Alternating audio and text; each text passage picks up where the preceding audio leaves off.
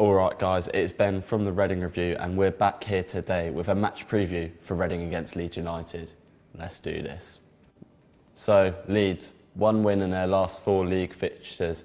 They've struggled a bit recently, but it's fair to say that they've got the quality. However, we've seen previously they struggle against the teams lower down in the league, and that could be a benefit for Reading.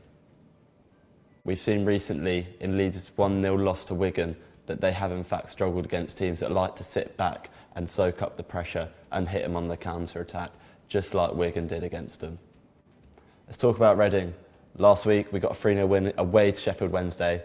Great performance, great result. It was our first league win since January the 1st, which is a huge boost for Mark Bowen considering the pressure he was under as Reading manager. Although we got the win last week, it hasn't all been pretty. It's our first league win since January the 1st away at Fulham, and mounting pressure on Mark Bowen, one win is just not going to cut it. He needs to get this going on a more consistent basis. So, the previous fixture against Leeds United, I believe, was in November, and we lost 1-0, and it was a tough game, but we managed to control Leeds, contain them. Ejaria run that Phillips in the centre of the park. He did not know what to do, and we need to play a similar sort of style against Leeds, kind of frustrate them, keep them pegged back and hit them on the counter-attack.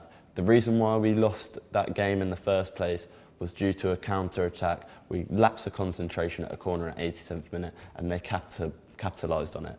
We know that they struggle to break teams down, and I think that's what we're going to need to do when we play Leeds on Saturday. So how we can beat Leeds United? We've got to have hard workers in midfield. Players like Andy Rinomhota will be crucial in making sure that we're running that midfield, because that is where we're going to win or lose the game. Although I believe Aruna's got the physical qualities to play in that centre mid next to Rinomhota, I do not feel like he's ready to take that step up in the Championship to play in that centre midfield spot. Although I was very impressed with him when he played right back, I think that's why we've got to focus on him this season, and then over summer work on him, and for next season hopefully we'll be able to have a quality Brazilian centre midfielder in there to replace maybe the ageing Charlie Adam or someone like that. So frustrating Leeds is the key to getting a result against them. We've seen in their 1-1 draw with Brentford how Brentford worked harder than them in the centre and midfield, and they managed to frustrate Leeds and put them into a position where they have to make a mistake. And that could potentially be where we get our goal from, is a mistake from Leeds United. We've seen it a few times this season. Are they going to fall apart again? We'll have to wait and see, won't we? So, let's talk about, going off from the game a little bit, the ticket prices for Leeds away. So our fans, as it's been very well documented on social media, have had to pay £39 for a matchday ticket, and I think that's a bit of a scandal if you ask me. So paying that amount of money is not viable at all for any fan, and including me. I'm not going to be able to pay to go to this. I'm not going to be able to afford the £40 for the ticket and then the travel on top of that. So it means a lot of fans are getting left out, and it's a real shame if you ask me.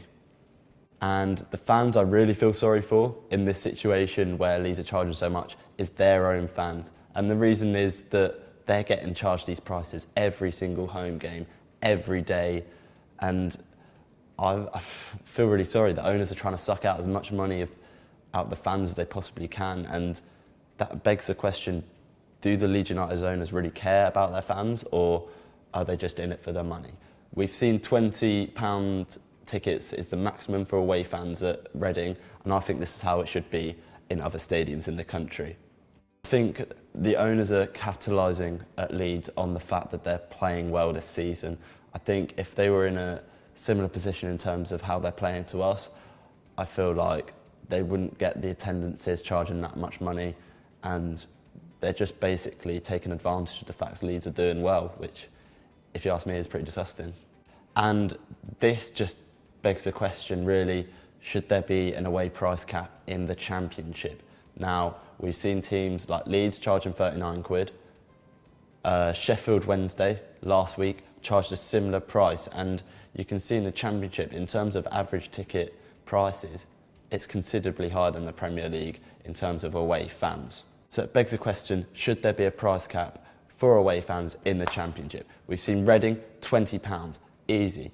Gets attendances up for the league if we have a price cap on tickets. It will make it more attractive to broadcasters for having full stadiums, makes it look better on TV. It gives the potential for more money to be earned by every single Championship club if they can fill out those away ends with cheap tickets for fans. And it's going to get people to come, and it's going to entice families, uni students, it's going to entice that younger generation who may not have as much money to be able to afford tickets to go to away games. So I'm supporting the view of the Football Supporters Federation, who believe £20 is plenty for a ticket to a football game. And I'm going to leave the link to their website in the description down below and check out all the things they're doing, because they're doing some good stuff down there. So, score predictions. After much thought, much deliberation, I think it's going to be a tight, a tetchy, and a very pressure-filled affair, because Leeds are under a humongous amount of pressure to go up this season, especially after last season, the playoffs, how they really should have been in the playoff final but managed to bottle it in the second leg to Derby County. There is huge pressure on them being able to go up this season. I think with that all being said, Reading are going to grind out a 0-0 draw with them. We're going to sit behind the ball, we're going to frustrate Leeds, and they're not going to be able to break us down. Under Mark Bowen, we've looked relatively better defensively, and especially in the 5-back formation. I don't think Leeds United are going to be able to break us down. But then again, the other way round, I don't feel like we've got enough up top to threaten them.